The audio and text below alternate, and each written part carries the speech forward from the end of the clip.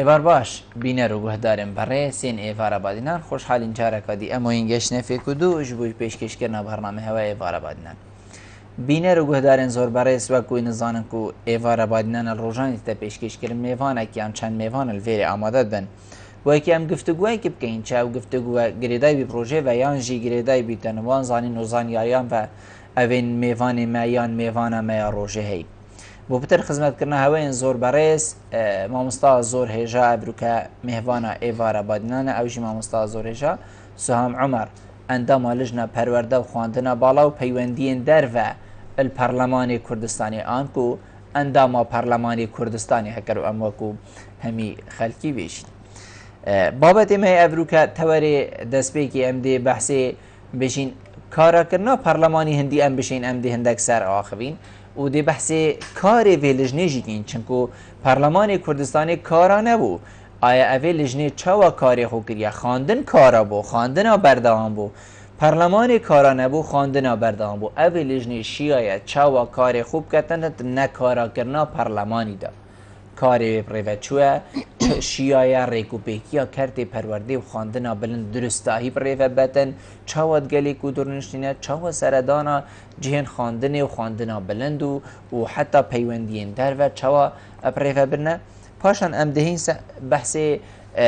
کرتی خواندن جی که این کا چوا پریو چیدن اره افروکا خواندن الکیش آسته خدایه افروکا مستحق هنده کو ام بیجین او افروکت ناوا خواندنگه مدهی هما هنده خزمتا هنده سالا هر اوه پیوته چی دینه ام جوکی گلک والاتاینه یان جینه خیر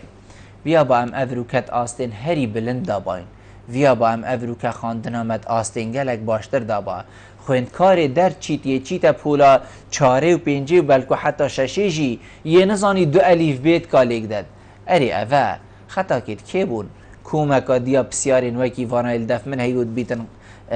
قهر جی بندلی هوا هم یادا کومت بید گهینن آنه هیا خودی دید گل سام خانه هنه گفتگو کرن بینرین مبنم کرم آخو سام خان گلب خیراتی سر چاوا افرو بو ایوار آبادینان زور سپاسی هات گم موفق بن انشاءالله خوشحال می‌وری آماده بوم خدمت و داوت خدمت بینرن بادینان خدمت لنا زور سپاس ام دست بکی دی بحثی و ام بیجین گفتگو بری دو روزه هات یا کرن یا نابین حقیقت پارتیا دیموکرات کردستان و ایکتیان اجتماعی کردستان جناب توکو اندام پارلمان ام دی وی گفتگو وصل گلتگین هنی سبارت کارا کرنا پارلمانی کو پارلمان بیت و کارا کرن پرب سروقاتیا دکتر یوسفی بیت و کارا کرن لید بیت خولک چند خولک پشتی هنگی دسته و سروقاتیا پارلمانی همی بیت و گورین جناب توکو اندام پارلمان یعنی چند فرل دست بی که پارلمان بیت کارا کرن یان همان نه با پک خستن پارلمان بگومان پک خستن پارلمانی خلطیه که مازم بو میجو ده میجو دهیت نویسین خلطیه که مازن خلطیه که مازم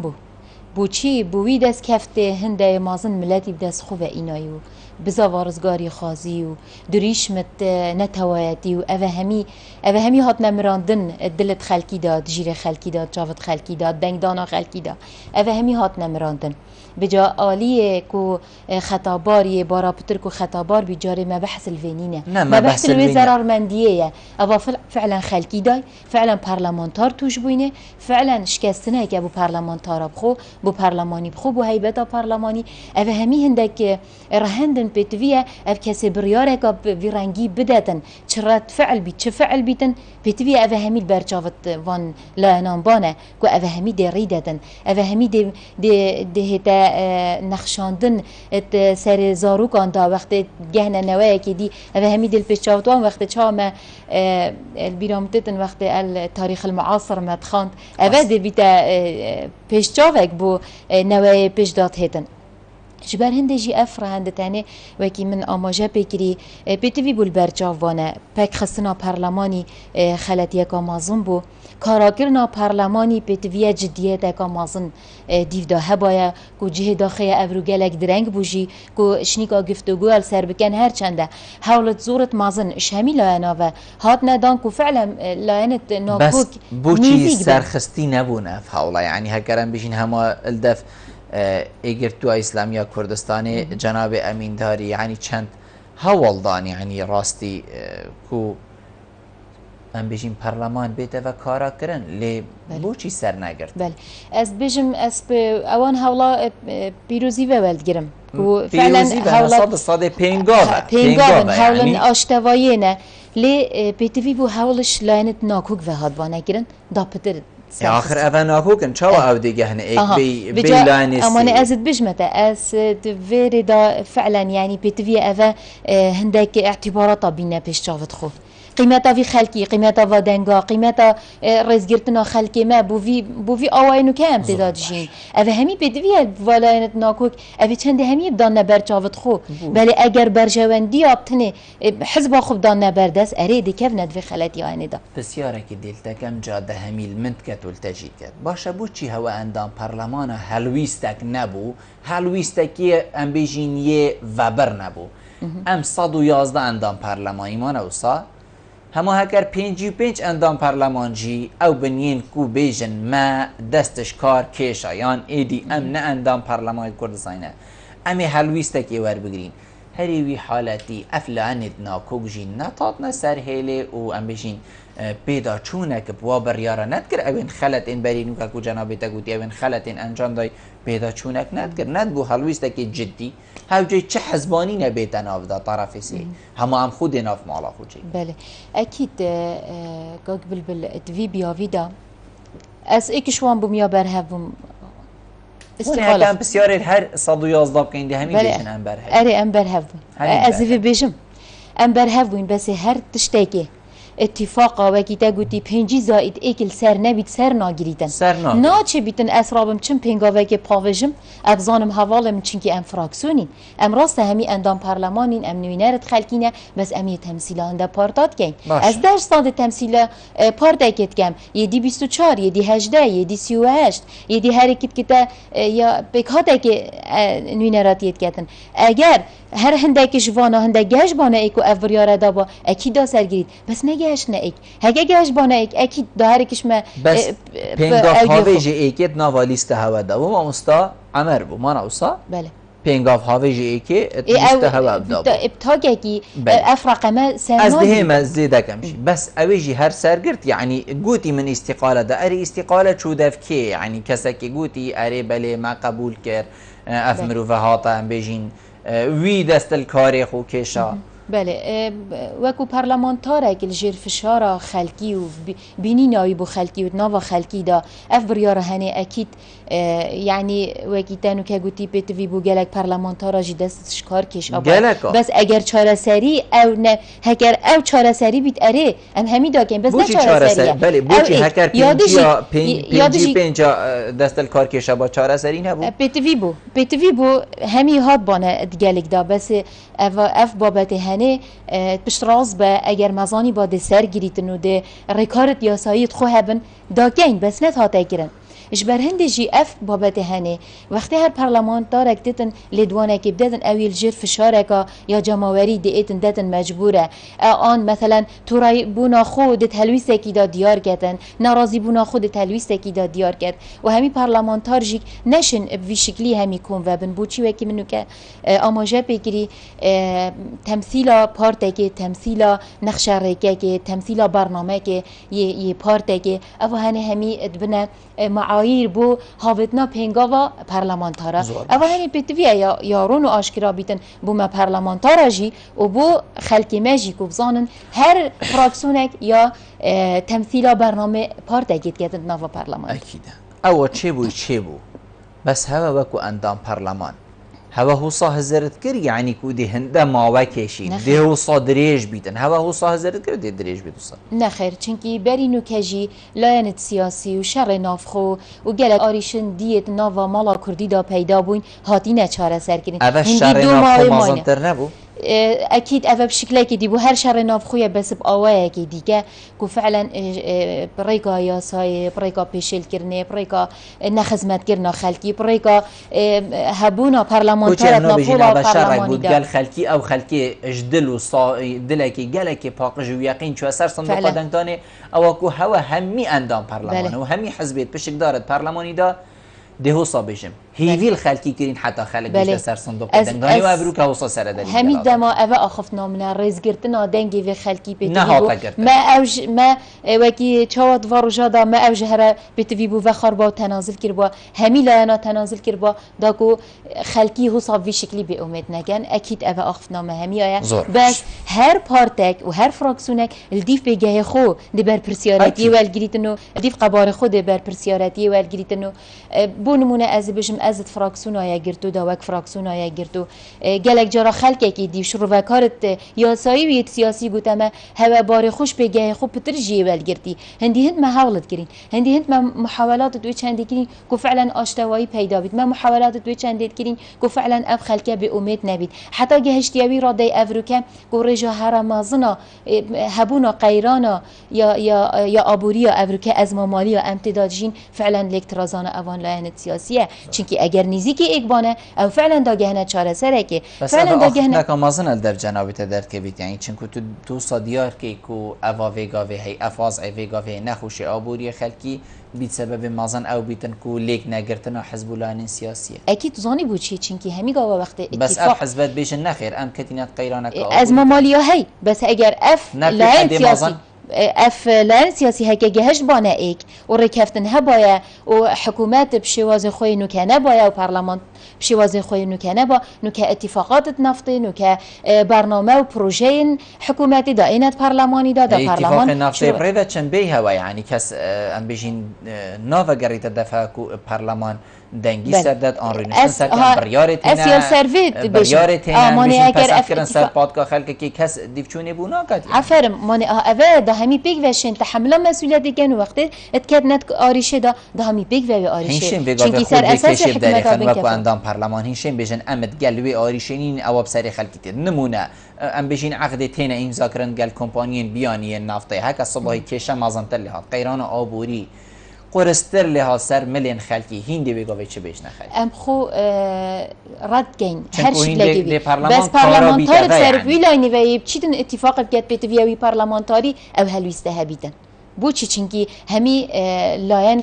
بجدارنين الفي اتفاق ده همي لاين بجدارنين هین بلام وکو واقعي ایگرتو نمونه هم بیشین روز نفتا بری گلی- چند روژا گلی و هین گازندهی. پشتگدار نینن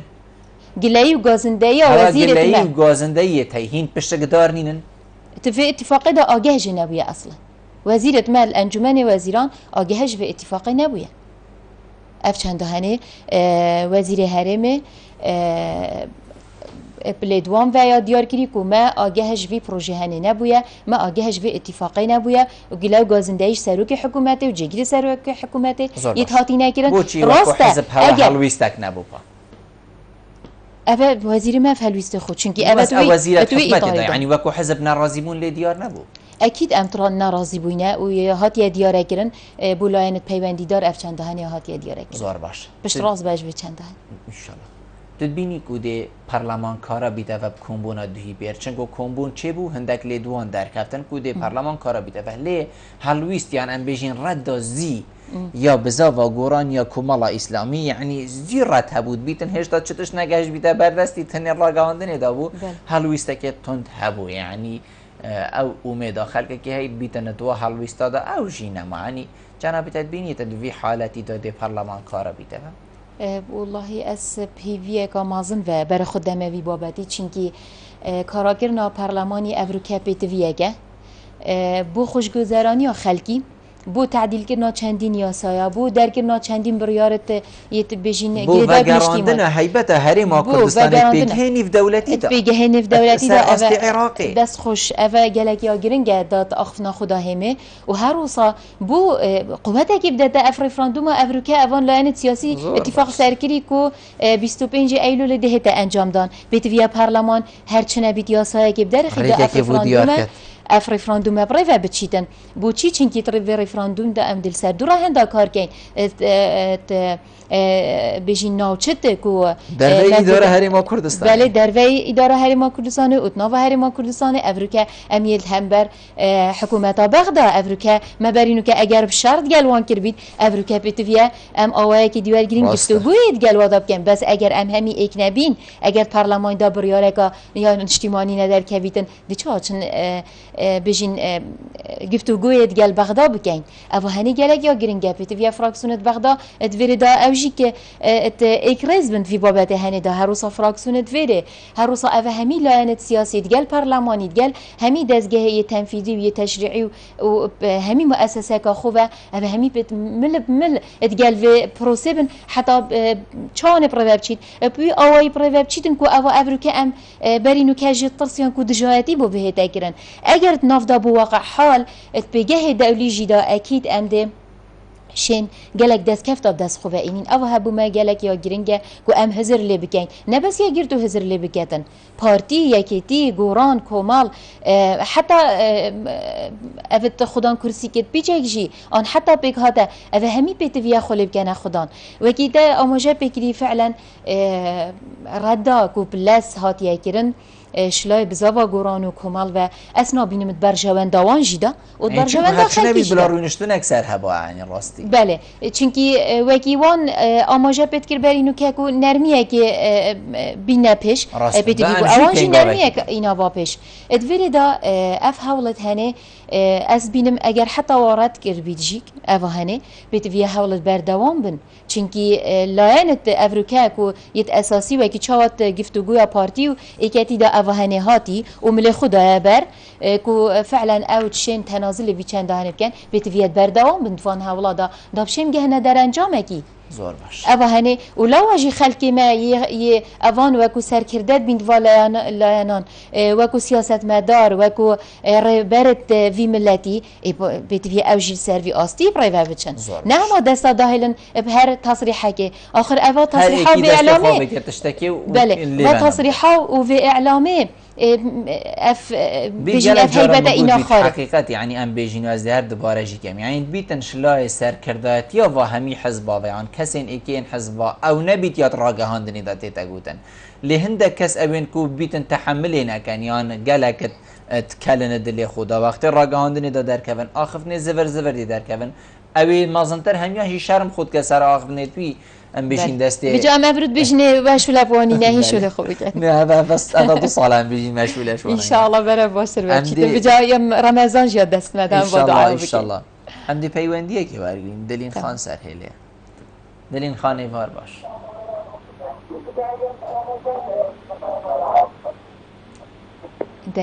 دلین خان هکب چک دنگی تلویزیون آخو کیم که ایش تلفنی گوشی ایوار باش خیراتنامه بانی کردیم زور سپاس سرچاوید ندلین خان دستش بگیم 25 نه هر پاجه که خود پیروز بود اوید حزب هابونا خود ناسنامه خود کیم بسیار بره اوه بجد بلا پارلمان کارا ببید اره ما ایجادی پارتی نه هاتن بود بلا پارلمان کارا ببید بوچی دیهی الفراکسیون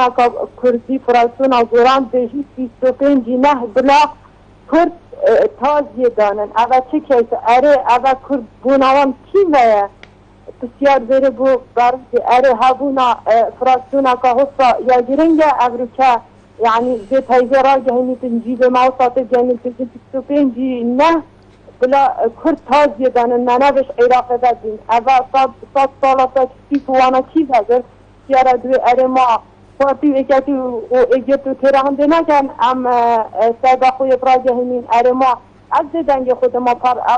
اندام پارلمان دنگ خود اتشون دنگی نده بله دیدم نه ده هبونا پارلمان یاشون و اگر هبود باش اگر نبود جمعین بر یارا خود دنگ زور باش زور سپاس بود اگلک بسیارین هیکو جنابی تبکم لی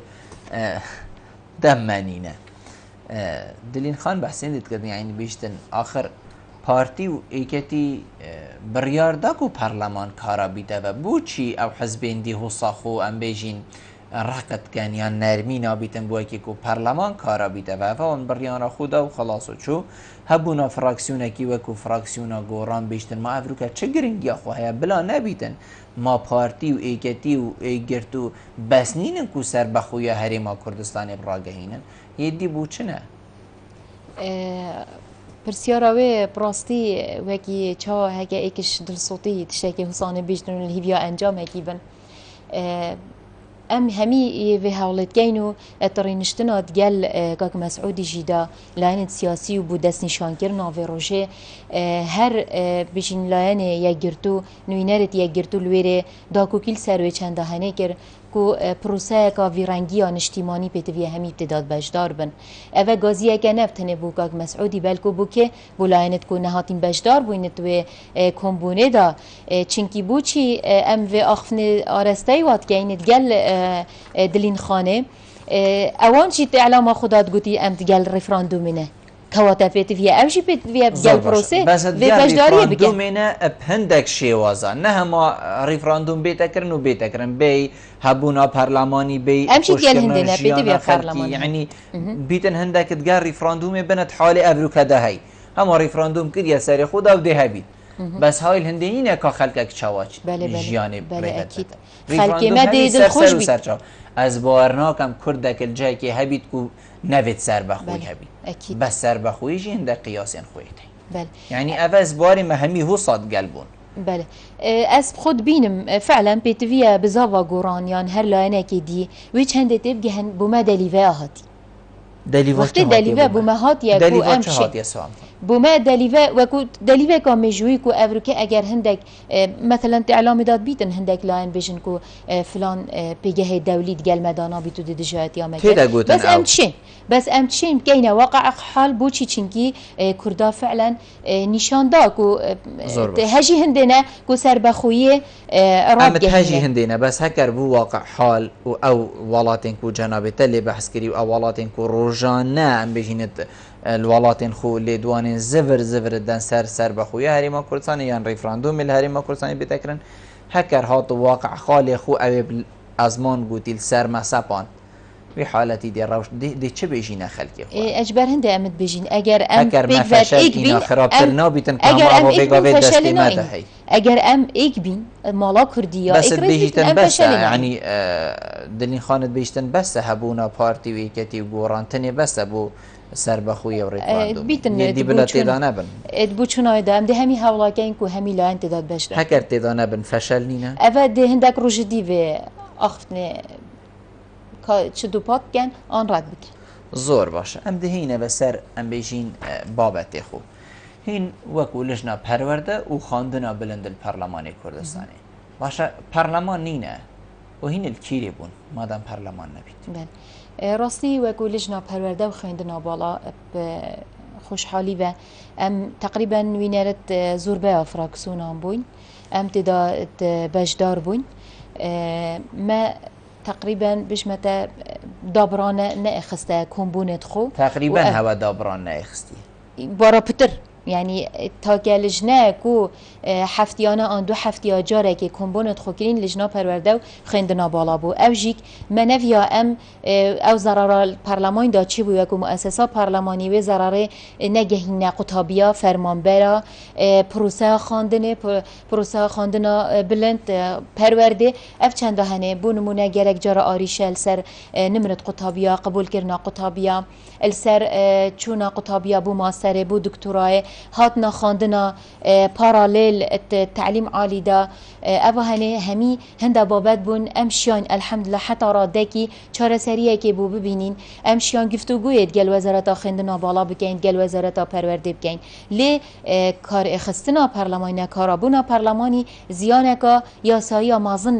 لجنه کر اوجی از ذهن مسر بله چون این چند روی نخاره آخر بیا بید پرلمان ریکی بده بو هندک بریاره و در اخستنا هندک حتی روی نشتنا سر بيجين بريارين پرورده دا اكيد از اموي بابتي بس الفيري خالقادي هات بيرامن اوجي كو فعلا بابت اداري اشكالاتا مديريات دات وزارت دات نافبرا ماموستاي ووزارت دات نافبرا فرمانبري وزارت دا قطابي وزارت دا قطابي اداره قطاب خانه دا او همي امشي خونيزي كاين بحواليني بوكو رزگرتنا كت نافبرا مو وزارت دا او هني هبو امشي گلك تشتا چرا سر بكين و دي اما سر بابت پروژه که هری گرنگ الدست ما و اوجی پروژه یاسا وزارتا پرورده حتی نیزی 21 ماده جی ما هموار کربو که پروژهش فراکسون هاد بو پروژه پیشنیار کری و هر روزا پروژهش وزارت جهاد بو اوه همی ملک دابون و ما رینشتن تیرو تسلط گل سردا کربون و حتی چندین ماده ما درست کربون دانابون که ام دا تمام بکین و شنیکا بخینه بر گفتگوی و دنگ دانه سر لی اوه هنی نچه بو هگه حتی نوکه مخلاص کربا و یاسای که باشتر بو وزارتا پرورده ها دا چنکی وزارتا پرورده حتی نوکه الدیف یاسا سالت نوتا داد چیتن جبر هنده جی اوه هم بو ما اکید دا پنگا وکا مازن بیتن سرکفتنه کا مازن بیت بو لجنه بو خلقی ما بو قطابی ما بو وزارت اوه بو همی آلیه کی دا سرکفتن بیتن بو چی چنکی پروسه خواندنه و فرکرنه و پرورده نواهر ولاتا کی دا وکی یا سقط بیتن جیلگی سقط درد که بیتن اوه هنه تأثیر خو گلکا هی بو نمونه حتی نوکجی سیستم نقل کرنه و دامزراندنه و سرپرشتیاریه و دانانا سرپرشتیارا اوه همی اشکالات بون تیاسا وزارتا پرورده دا ام دا گهینه هنده آستا که فعلا ام داشین چاره سرکین بو چی چنکی ما گفتگود گلک لاینت پیوندی دار کر اف رک خرابت گریدای بواره فکرنه و ما چندین گفتگود گلوان دا کرن ما پروژه چندین ولاتا دانا بونه بردست خو هر پارلمانتاره کی بجهودت خو چندین پیشنیار آماده کربون اوه همی هاد نراوستاندن بو چی چنکی متزانی کمبونت یاساییت هلا پارلمانی و اگر نبن اف پروژه هنه سرناگیتن و سرکفنه دست ونا اینتن بو چی چنگی پیتوی بو ما همی گاوا بردوامت گلج نایاسایی گفتگوشی کربانه وقتی ما فقراتت خو دانان و مادت یاسایی دان سوال باش هم دی پیوندی کادیشی برکری اوین خان ایوار باش ایوار تا باشی چانی باشی سرچاوت من زور سپاس کرم که اوین خان فرحمت من جارب چی با من درسر بابا دیگر جارب نبی کرسی فرمایی بله فرما اوین خان بله اوین خان بابت من ملسر ام بجین پرلمان و کارا کرنا پرلمانی و تمام دم دا سام خان یعنی اندام لجنه پرورده و خواندنا بلند الپرلمان کردستانی خدا راستی خرابناوی جدیم راستی کارا کرنا پرلمانی جلکا گرینگه سایداتیت بسر دمه که ما برای رستاندم و چینو برای دولت بونی و چینی و دارم کارا بیشتر و همه لانی سیاسی که از بخن نام دست به پرلمان کارا کنه و چون بلکه نه کار به پرلمان هدی بلکه حکومت کار به پرلمان هدی شخصی منال ایکتی کارتی هی پرلمان کارا کنه و چون هر ایکتی کارتی خوی ناره تو کردستان اینا اب آفده راستی بابت پروردهش گلکا رده چوی جوانی زی پرلمانش پرورده گلکا جوان پرده چوی تایبتی جوارا بارزان یک قطابیش نه پاش چوه نه پیش چوه او وقت اسلام مسترک ببینم پرورده لسرانسار کردستانی ببینم پرورده کارکی گرینگی کسی قطابی گلک آفده که بلنده پرده چوی و دست خوشیه شده همه پرورده کارات کن تایبتی پرلمانسار پرورده اکو خوش با عزاله زور زور سپاس اوین خان بو پیوندی ده من آورکای پشتین آور تمامی ایوار آبادینانه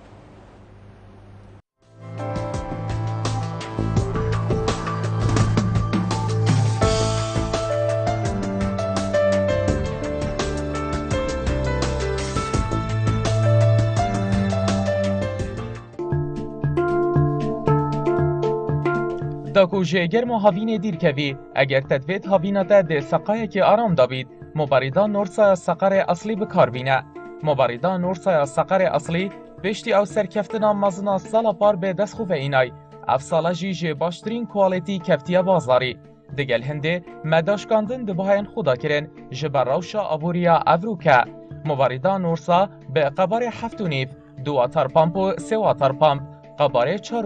3 واتر پامپ و 2 واتر پامپ قباره 2.5 2 واتر پامپ و 1 واتر پامپ قباره 1.5 1 واتر پامپ پلیت مباردا سقر اصلی دجی جنگی و دجی گرماتیه هر واسا مباردا سقر اصلی 2 سال گرانتیه مباردا نورسای اصلی به کمترین وزاکاره به کار دکد بری کار سرکیل دهو که پیشانگاه گاره نافونیشان دهوک تا خزوزان نزیک بنکا متین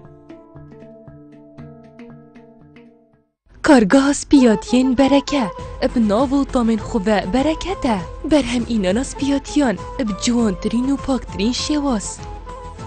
باشترین آمیرین پیشکفتی برهمك السخلم إيدا برهم إينان روجانا كارگاه برکه 5 تن سپیاتیا برهمت اینیدن کرم آوا ماست هر واسا چندین قبارن ماستی برهمین برکه اش پارزگاه دهو که بو همی پارزگین عراقی اتهیده هنارتن دهوک دومیس البشت غیب بریاهات نوچونه برکه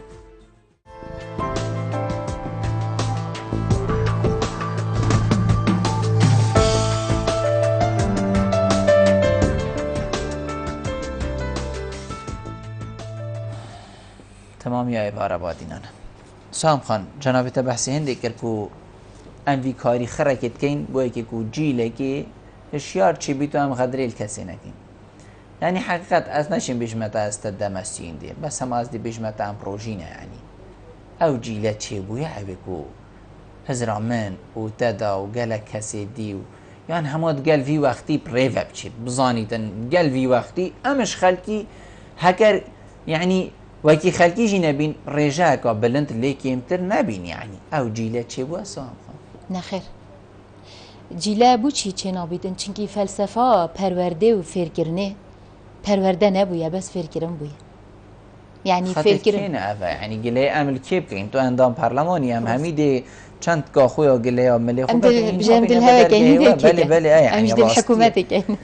افشان دهني اكيد ايكشوان وكي برينو كامل اماجه بگیری او بيتفيك بو بروجي ياسا پرورده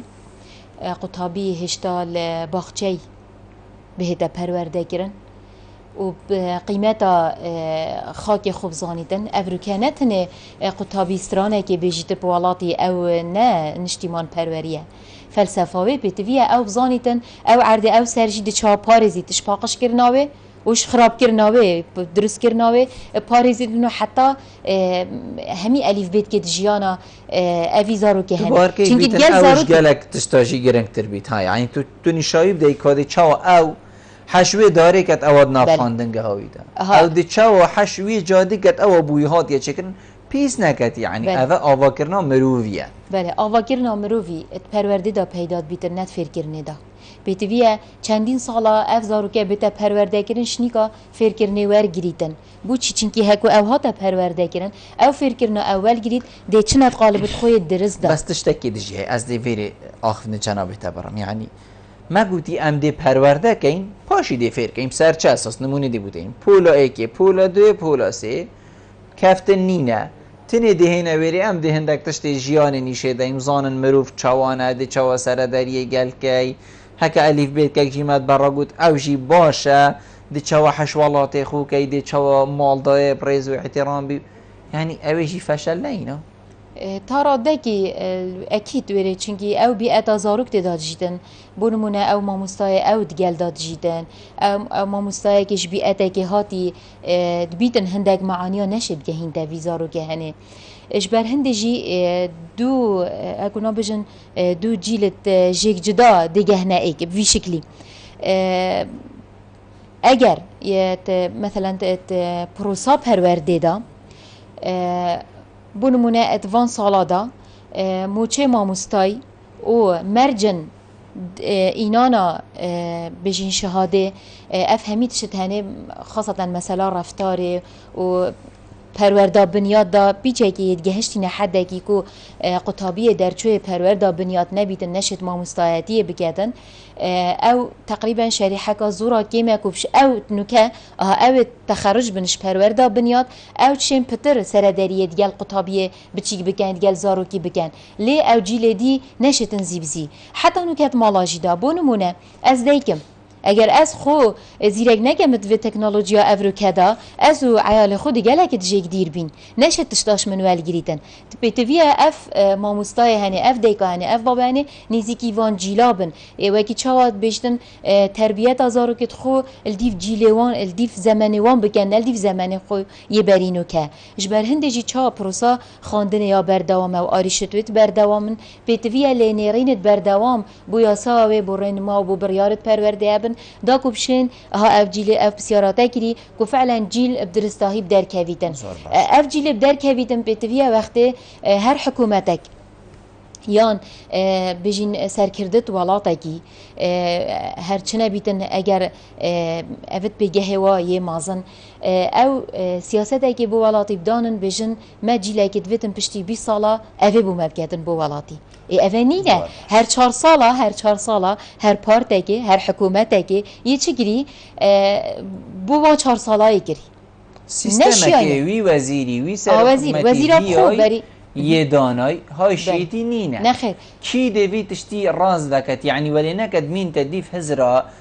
فلان کسی وزیر وقتی هاتوی تجربه کال دانمارک دیتی تجربه کال آلمانیا دیتی وید ویتنوی تجربه دهوک رنگین ام بجین جیب کرد که من او تجربه تلوی والاتی دیتی 5 طلبه بون 5 ماموستاد گلبون نسی و 5 طلبه بون ماموستاد بو او جیتا ربع موجته یعنی مدوید سیستمک هبیتن او سیستم پارلمان دانیتن هین حتی في گاوی نشیانم بجین پینگا و کواس قابل هین حالی نشیان بگه او از بجمته توی پروژه دا او همی اعتبارات بون بردست مکو امشین بگهینه چاره سریه که بو نمونه ایکشوان يعني فلسفه مدویات ویاسای دا نه هر وزیری که بید کیفا خوب بکردن دی ویاسای بچید اواکو ام دی درخین ما برنامه که 20 سالی هبید ام دی 20 ساله سرویشن ام دی این سر خاله که جنابیتا گوتی ویتن طلبه و دیکو باب و ماموستا یعنی نزیکی ایک بن باشه از این نمونه که بو جنابیتا اینم سالا خواندن اف سالا کوتی پری چند ماده بون انگلیزی و بو انال پولا ایکی باشه از باب چش انگلیزی نزانم از دکاندارم از پالما روزه که من نخواندیه هندی من بنخوله حتی اسوی زاروکی فیرد کم هندی زاروکی بنخوله حتی فیرد بید هندی ماموستای بنخوله حتی فیرد آخر ماموستایش انگلیزی نخواندیه ماموستایش یه تبری یس و نو ابتن زاینت یس نو تاو خلاص تشتکی دین زاینت ام که بین خوله که حتی هم همی وکی ایک لی بین بله ابخو بوی پروسه آماده کاری هبون بس ام نشین بجین ولا صاده سرکفتینه آماده کاری کو ماموستا بدراهنان السر ماده جی و السر زمانی جی چونکی ماده زانسته و بیکاری به انگلیزی بهتا گوتن السر وی ماموستای دیگه لگا قرص بیت کوی همین سالت خو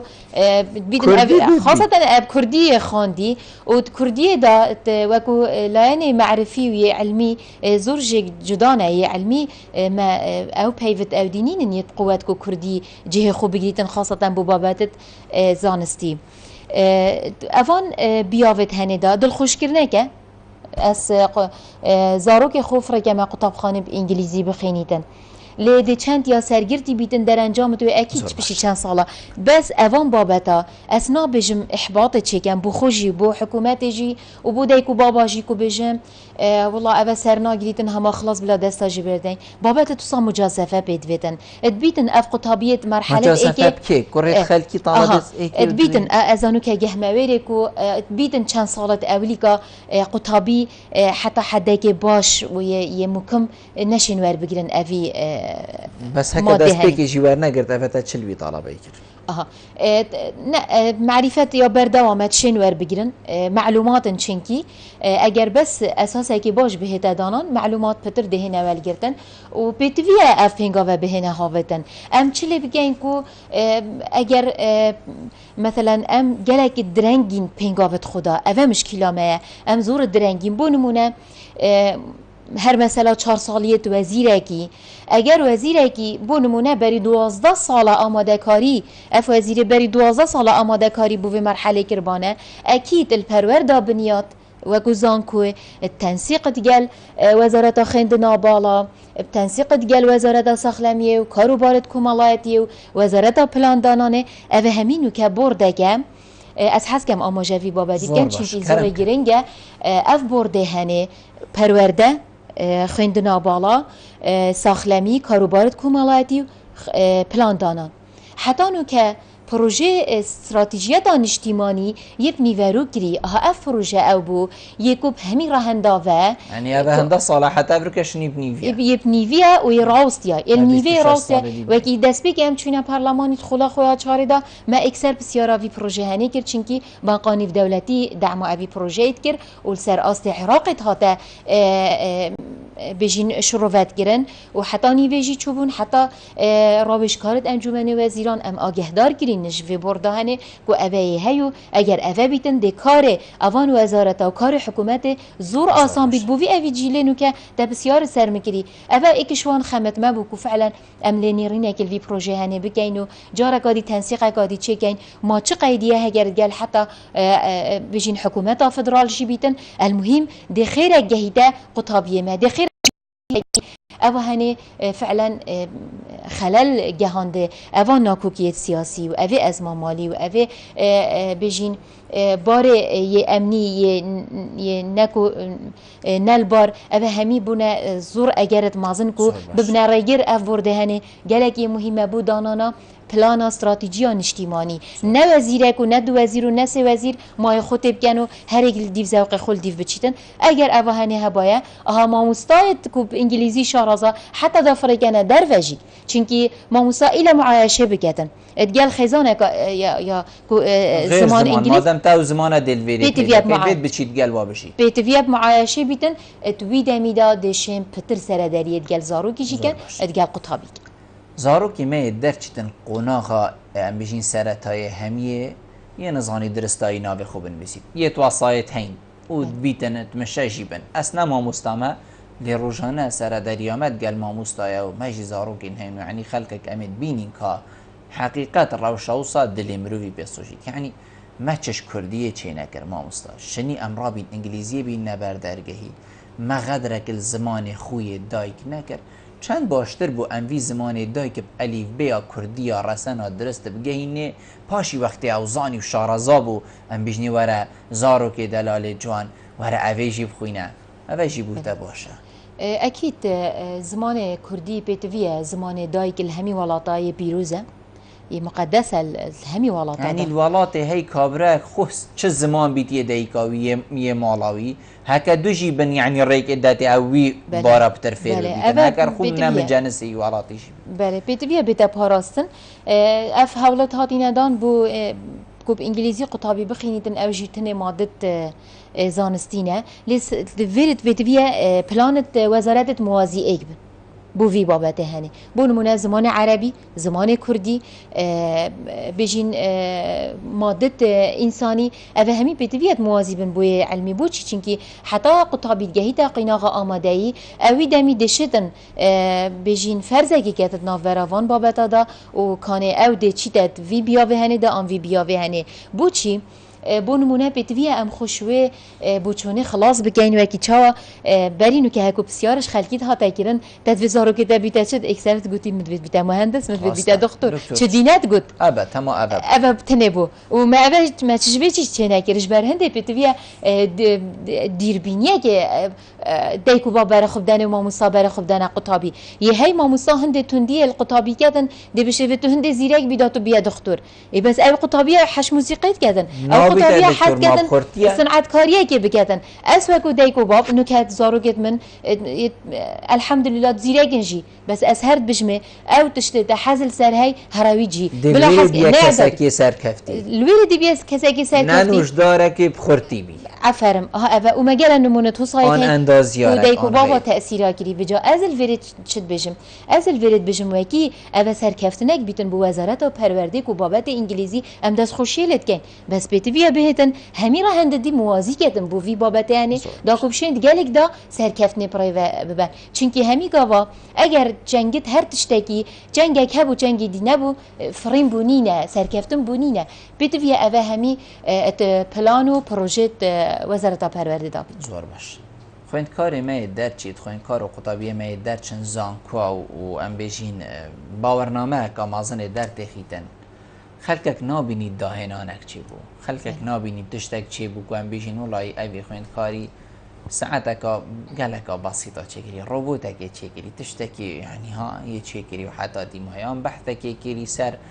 سكري دهو كي مفاي وي افيا وحصايا هاتيا تشكرنو هنده مفايا وخلقك شي ام بجين هزرك اللي ورقي كادي چاوا پاريزيد كادي چاوا آوا بارانا تيتن دي چاوا ام بخو ورقرين مفاي يعني بحثك حصا نايتا تشكرن يعني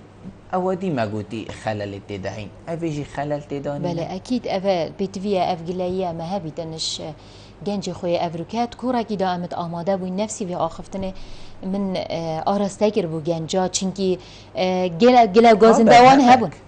وان گلا گازنده هبون و گلا گازنده تو فعلا جي خدا بون صاد صاده وفعلا افي جنجي مساحات دفن بودا هنانه راست پشتوانی دوین بودا هنانه لی ایکش قطابیت زانکوی بون گنجت زانکوی بون مگوته اگر اف بارودوخه فعلا یبدلی هوانینه و هینت بین اگر از پارلمانتارم یان وزیره که یان مدیر عامه که کم درخمه اری اف رو که اف بحث تخرجی البردسته بو چی یعنی متگوته از وی پیشنیارت کم وی داخازه شود کم بحث خوی یه تخرجه گنه اف پیشنیارت هنه